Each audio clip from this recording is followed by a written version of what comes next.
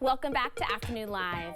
Okay, do you ever take the time to blow dry and curl your hair only to be disappointed when you look in the mirror? Our next guest says you may be using your hairstyling tools incorrectly. So here to help you achieve professional looking results, we welcome back hairstylist Justin Hickox. Thank you for joining us today. Thank you so much for having me. I appreciate it. Thanks to our beautiful model for trusting us. Yes, it's huge. Thank you. With her gorgeous hair. Absolutely. So what are some of the common things that you see people doing wrong? So I've got a couple actually things here. We've got a blow dryer, round brush, and a flat iron because I see a lot of things going on with both of them.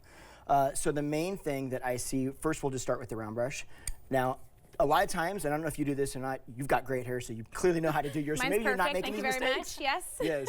Yes. But I see a lot of times it's just simple things like, one, people put in a round brush. The first thing that they do is they'll find a round brush that doesn't have a lot of tension. Sure. So if you're trying to straighten your hair, you really need some tension. And when I say straight, I don't mean like just get it straight, just smoothing it out. Right. You really need to get something that actually has a little bit of pull to it. Okay. So it's not gonna pull our hair, right? But I need to get a little bit of control out of this.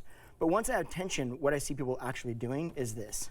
They'll put it in, okay, and they'll do one of two things. They go like here, okay, because this is comfortable, right? So they do this, or even kind of worse, they'll go like this. Yes. Okay, and this, so this will actually fry your hair. It'll damage your hair worse than a flat iron will, and a lot of people don't know that. Okay. I have had clients that came in that pointed their airflow directly at the shaft like this and ended up melting it off. Oh, it's a haircut. It is an that's not immediate what we haircut. want. No, it is not, and it was not cute. Okay. So instead, if we can just get them to kind of raise that elbow up and point this down the hair shaft, not only will it still get it dry and it'll still get it smooth, it'll get it more smooth, it'll seal the cuticle down more, giving it more shine, and it's not nearly as damaging. So you'll actually find that just doing this is a huge deal versus doing this or just doing this. And you can still hold it relatively close to the hair if you're pointing it in the right direction. I tell people, and probably maybe don't do this, but I've shown people you turn a hairdryer on and go like this and see how long you can hold your hand there. Versus if you turn it like this, you'll still feel heat, but you can last forever like this. Sure. And it gives you a better perspective as to how damaging or how hot that.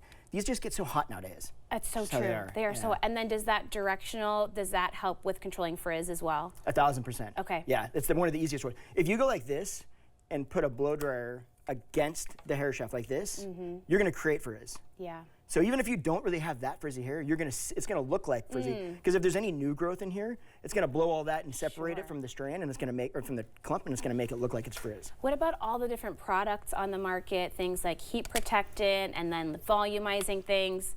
It's overwhelming, and it seems like you could buy 18 different things to use in one day, but that doesn't seem productive. Not at all. And I'm actually testing a bunch of those on my YouTube channel because there's so many out there, it's hard to even like decipher. Heat protectant, I am a big fan of actually, because I think we all need it. But there's some that weigh your hair down and kind of like they go against the process that what you're trying to achieve. Sure. So you're trying to get volume. You're using a heat protectant. It's protecting against heat. Yeah. But also now you don't have the volume you're trying to create. So then you either continue to redo it until you get the volume, which is kind of almost worse in a way because you just more heat.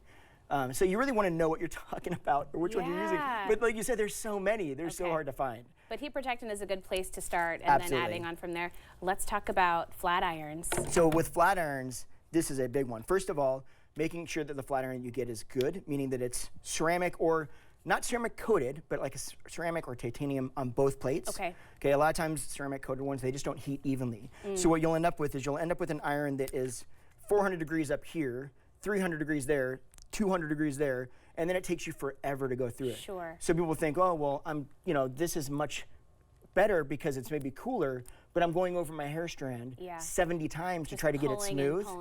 Yeah, and it doesn't equate to necessarily less damage. So worth the investment to begin with to make sure you're getting a quality There are product. some great irons out there that are like ceramic, not ceramic coated, that do a great job for $150, $100. Okay.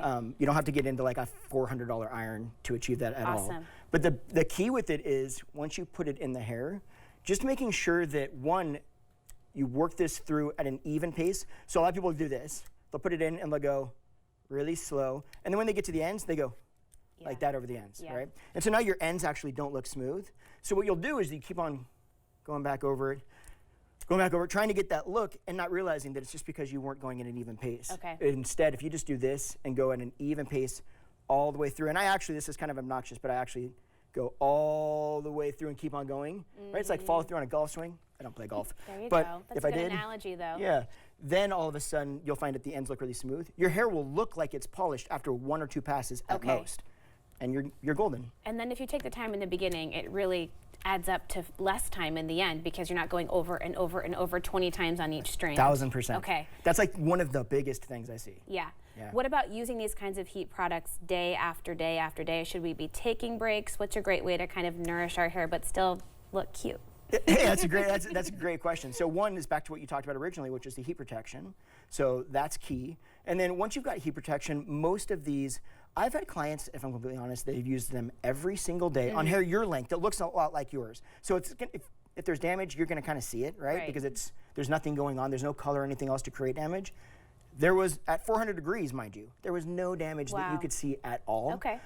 So I don't think that it's just irons that are the culprit. It's the way you use them. It's what you're using.